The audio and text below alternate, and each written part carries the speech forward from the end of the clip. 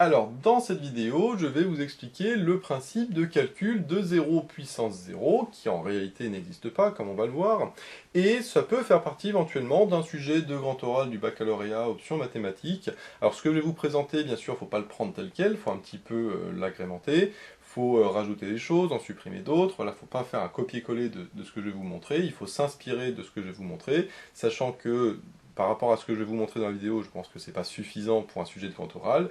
Il faudrait aller un petit peu plus loin, avec des références historiques, etc., par exemple.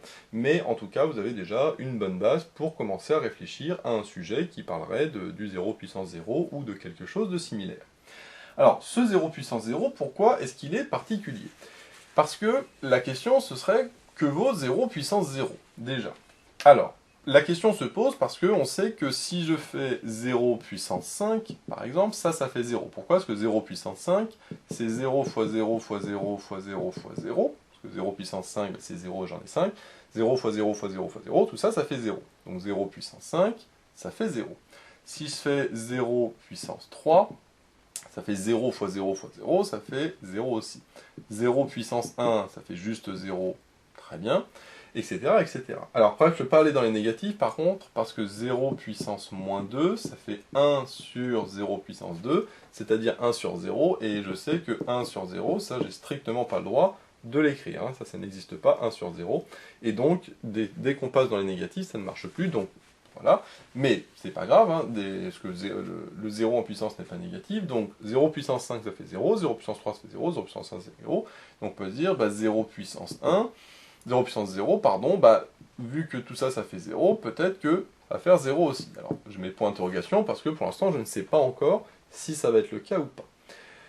Alors, pourquoi est-ce que c'est pas forcément le cas? Parce que si à l'inverse, je regarde cette fois-ci quand le 0 est en puissance. Si je fais 4 puissance 0, ça je sais que ça fait 1.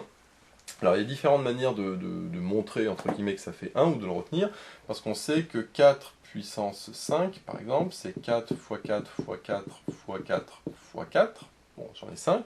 Si je fais 4 puissance 2, c'est 4 fois 4. Si je fais 4 puissance 1, c'est 4. Et si je fais 4 puissance 0, alors vas-y, il n'y a rien, donc là je mets rien. Alors en réalité, sous-entendu ici, je peux très bien rajouter un fois 1, en disant, comme c'est 4 puissance 5, je mets 5, 4, et après je rajoute fois 1. Là pareil, ce serait fois 1, là ce serait fois 1, et là ce serait rien fois 1, mais rien fois 1, ça fait 1. Ça c'est une manière de le démontrer entre guillemets, mais en tout cas, quand on a n'importe quoi puissance 0, ça fait 1. Donc de la même manière, si je remplace le 4 par un 7, eh bien 7 puissance 0, je sais que ça fait 1 aussi, 2 puissance 0, ça fait 1, même si je vais dans les négatifs, moins 3 puissance 0, le tout puissance 0, ça fait 1 aussi. Si je fais 1 puissance 0, ça fait 1, et donc si je fais 0 puissance 0, bon on va dire ça va faire pareil, donc ça va faire 1 aussi. Alors, et là on voit qu'il y a un souci, puisque j'ai dit tout à l'heure 0 puissance 0 ça vaut 0, et là j'ai dit 0 puissance 0 ça fait 1. 0 et 1 c'est pas la même chose. Donc il y a un petit problème au niveau du... Là on voit qu'il y a une contradiction. Donc c'est pour ça qu'on se pose la question, est-ce que 0 puissance 0 ça fait 0, ou est-ce que 0 puissance 0 ça fait 1? Bon, en réalité la réponse c'est ni l'un ni l'autre, parce que justement c'est pas défini à cause de ça. Mais on va pouvoir déjà commencer à répondre à la question en disant à quoi ça pourrait être égal, si jamais on décidait que c'était défini. Parce que sur certaines calculatrices, quand vous faites 0 puissance 0, il vous met 1 comme résultat. Il ne vous met pas 0, il vous met 1. Donc apparemment, ce serait plus ce résultat, alors selon les calculatrices, attention, parce que certaines calculatrices vous mettent 0 puissance 0 égale erreur, il ne vous le calcule pas, c'est comme de la même manière que si vous faites 1 sur 0, mais certaines calculatrices vous donnent que 0 puissance 0 vaut 1. Ça dépend des calculatrices. Bon, c'est pas la majorité, mais certaines le font. Alors on peut se dire, pourquoi est-ce qu'apparemment ce serait ça qui serait privilégié par rapport à cette égalité-là? Et bien pour ça, on va regarder une fonction un petit peu particulière. C'est la fonction qui est définie par f de x est égal à x puissance x. Pourquoi? Parce que si je fais f de 0, ça me donne 0 puissance 0.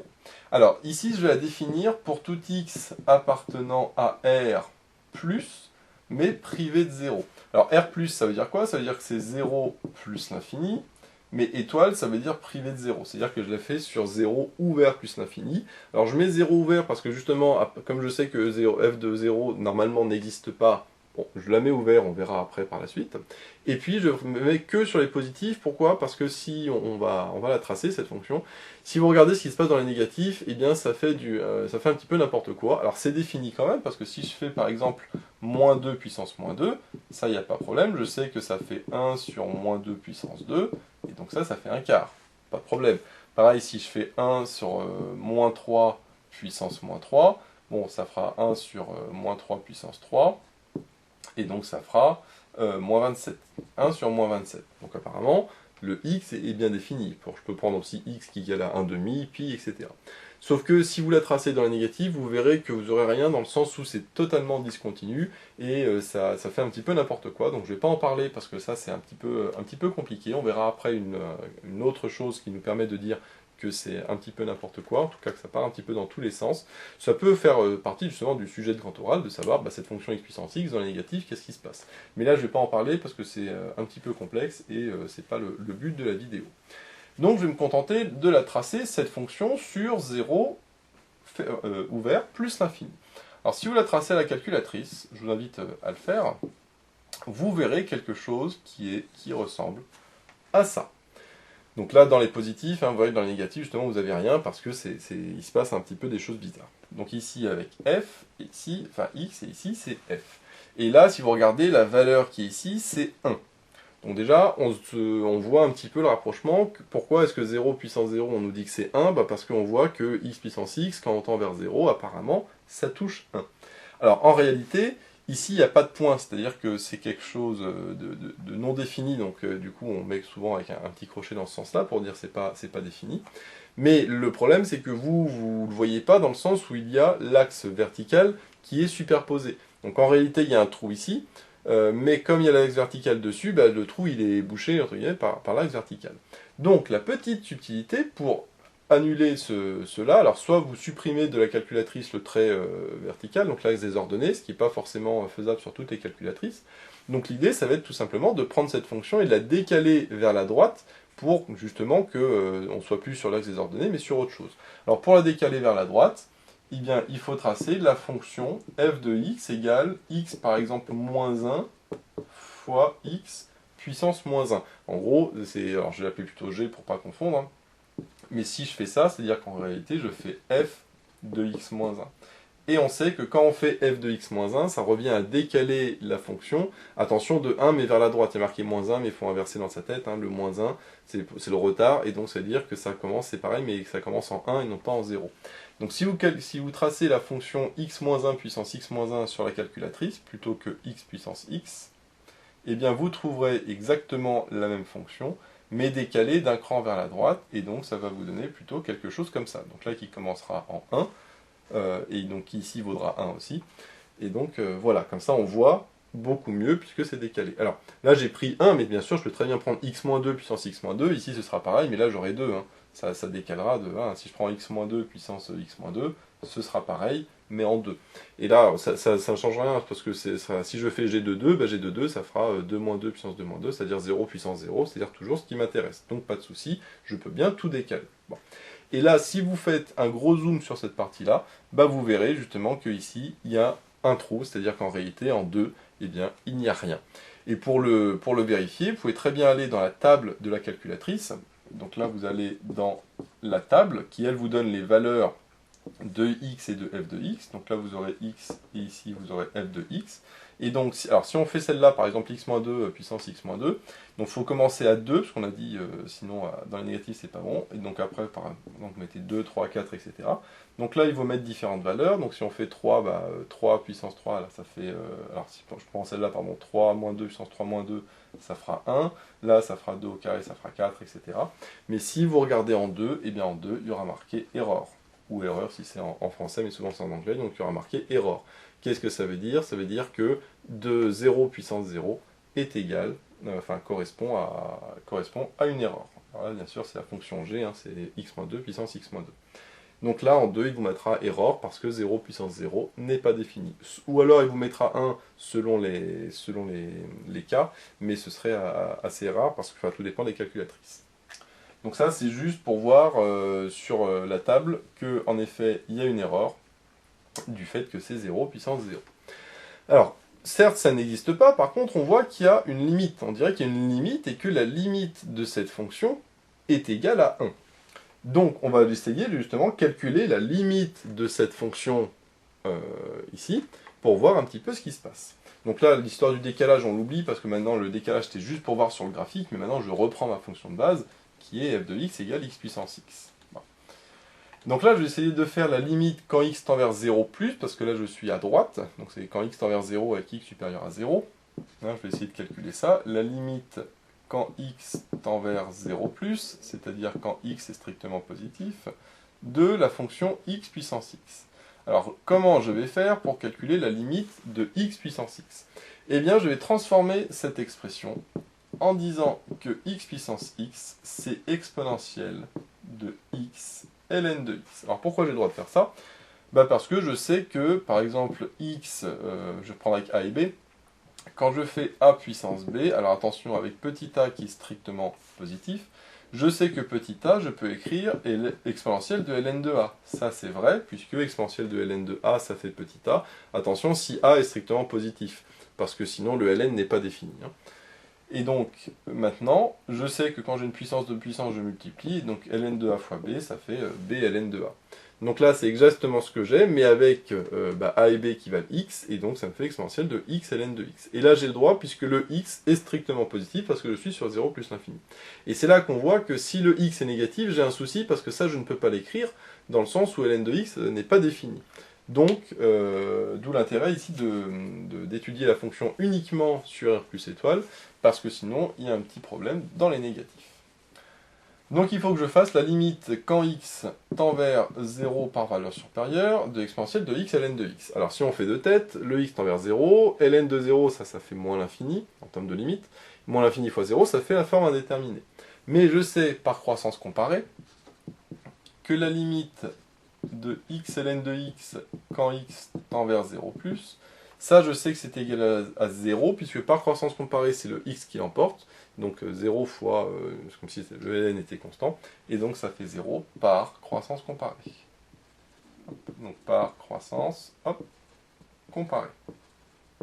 Maintenant, si je veux bien le justifier, je vais dire que la limite de exponentielle de grand x, quand grand x tend vers 0, donc avec le grand x qui vaut x ln de x, ça je sais que ça fait exponentielle de 0, exponentielle de 0, ça fait 1.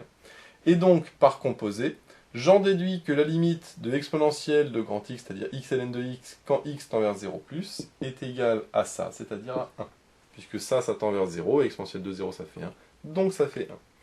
Donc là, on voit que x puissance x, donc en 0, ce n'est pas défini. Par contre, quand x tend vers 0, c'est-à-dire quand je suis quasiment à 0 puissance 0, eh bien ça donne 1. C'est pour ça qu'on a des fois les calculatrices qui disent que 0 puissance 0 est égal à 1, et non pas erreur, parce que eux ils considèrent la limite et non pas le vrai 0 puissance 0. Voilà, c'est-à-dire ils considèrent un 0 qui est en réalité très proche. Voilà. Donc ça c'est pour l'histoire de la fonction qui tend vers 1. Alors juste petite remarque supplémentaire par rapport à la fonction qu'on a vue tout à l'heure, si je la retrace, donc là ça justifie bien, là je viens de justifier que quand je trace x puissance x, quand je tends vers 0, je tends bien vers 1, qui voudrait dire que 0 puissance 0 apparemment est égal à 1, sauf qu'on a vu que quand on l'a décalé, en réalité, la fonction ici n'est pas définie. Par contre, elle est prolongeable par continuité, cette fonction x puissance x. Elle n'est pas continue en 0, parce qu'elle n'est même pas définie en 0. Par contre, elle est prolongeable par continuité en posant f de 0, qui est égal à 1, du fait que la limite de x puissance x est égale à 1. Alors maintenant, la petite particularité juste par rapport à cette fonction, c'est que, comme on le voit, apparemment, elle n'est pas croissante, mais elle est décroissante puis croissante. Et donc, il y aurait ici une valeur minimale en laquelle ça va changer de sens de variation. Alors, pour trouver juste cette valeur de x, quand est-ce que x puissance x change de variation, on va tout simplement faire la dérivée de x puissance x. Alors, la question c'est comment dériver x puissance x aussi, parce que là, je dérive par rapport à x, oui, mais quand je dérive x puissance quelque chose, c'est pas pareil que quand je dérive quelque chose puissance x. Et bien là, l'astuce, ça va être de reprendre ce que j'ai fait avant, c'est-à-dire de transformer sous forme exponentielle de x ln de x. Et ça, je sais que j'ai le droit de le faire parce que je suis sur 0 vers plus l'infini, et donc à ce moment-là, le ln est bien défini. Donc maintenant, quand je vais faire f' de x, bah là j'ai une fonction du style exponentielle de u. Et je sais que la dérivée d'exponentielle de u, c'est u' fois e de u. Avec le u qui est égal à x ln de x. Et donc là, c'est lui-même un u fois v. Et donc, quand je vais le dériver, ça va donner u', donc la dérivée de x, c'est 1, fois v, c'est-à-dire ln de x, plus u, c'est-à-dire x, fois v', la dérivée de ln de x, c'est 1 sur x, donc ça fait x sur x, et x sur x, ça fait 1, donc je mets directement plus 1. Donc u', apparemment, ça vaut 1 ln de x, donc ça fait juste ln de x, plus 1. Donc là, ça va me donner ln de x plus 1, le tout fois e de u qui vaut f de x, et donc du coup je peux le remettre sous la forme x puissance x, ou alors je peux le laisser sous forme exponentielle de x ln de x, ça revient strictement au même. Et donc maintenant au niveau de mon tableau de signes, de f', bah, l'exponentiel est toujours strictement positif, donc ça il n'y a pas de souci. Donc moi ce qui va m'intéresser c'est plus le signe de ln de x plus 1. Or, ln de x plus 1, on sait que c'est positif quand ln de x est supérieur à moins 1, c'est-à-dire quand x est supérieur à exponentielle de moins 1. C'est-à-dire que f' va être positif, parce que ça c'est positif, donc tout dépend du signe de lui. Donc f' sera positif quand x est supérieur à e-1, c'est-à-dire f sera croissante quand x est supérieur à e-1. Et donc on en déduit que ici c'est e-1, c'est-à-dire 1 sur e. On peut aussi écrire un 1 sur e. Donc le changement de variation de la fonction x puissance x se fait au point d'abscisse 1 sur e. Et en effet, si vous tracez à la calculatrice, x puissance x et vous regardez dans la table, et bien vous verrez qu'en 0, bon ça fait 1, en tout cas il vous mettra erreur, et puis au début ça va descendre, et puis après ça va remonter. On se dit, mais comment ça se fait que x puissance x est décroissante puis croissante, puisque quand je fais 2 puissance 2, 3 puissance 3, 4 puissance 4, ça on va dire c'est de plus en plus grand. Oui, à partir d'un certain endroit, qui est 1 sur e. Mais par contre, quand on a un x qui est petit, par exemple 1,5 puissance 1,5 ou 1 tiers puissance 1 tiers, etc., bah à ce moment-là, ce sera pas du tout pareil, ce sera au contraire décroissant. D'où l'idée vraiment de voir un petit peu cette fonction, c'est pareil, hein, ça peut compléter votre étude du grand oral. Alors ça ne donnera pas la valeur de 0 puissance 0, bien sûr, mais ça peut aider par exemple à trouver pourquoi est-ce que bizarrement quand je fais 1 puissance 1, ça me fait 1, donc f de 1 ça vaut 1, mais f de 0 ça vaut aussi 1. Alors c'est bizarre parce que en 1 ça vaut 1, en 0 ça vaut 1. Donc ça voudrait dire que entre les deux, la fonction elle n'est pas constante, elle n'est pas que croissante ou décroissante, mais elle va changer de variation. Et en effet, si on regarde, bah, en 1, ici, ça vaut 1, mais entre les deux, c'est décroissant et croissant, et donc ça correspond bien à tout ce qu'on a dit, tout est logique. Donc finalement, 0 puissance 0, qu'est-ce que ça vaut? Eh bien, ça vaut rien du tout, parce que ce n'est pas défini. Ça, c'est la conclusion finale. C'est pas défini. Par contre, on voit que la limite de x puissance x, ça vaut 1, et donc après on peut prolonger la fonction par continuité, etc., etc. Donc voilà, j'espère que cette vidéo vous sera utile. N'hésitez pas à vous abonner pour être au courant des nouvelles vidéos qui sortiront. J'ai mis le lien dans la description vers l'énoncé de l'exercice, ainsi que vers d'autres exercices sur le grand oral. J'ai également mis le lien vers la page Tipeee où vous pouvez soutenir Méthode Math. Et moi je vous dis à bientôt pour de nouvelles vidéos.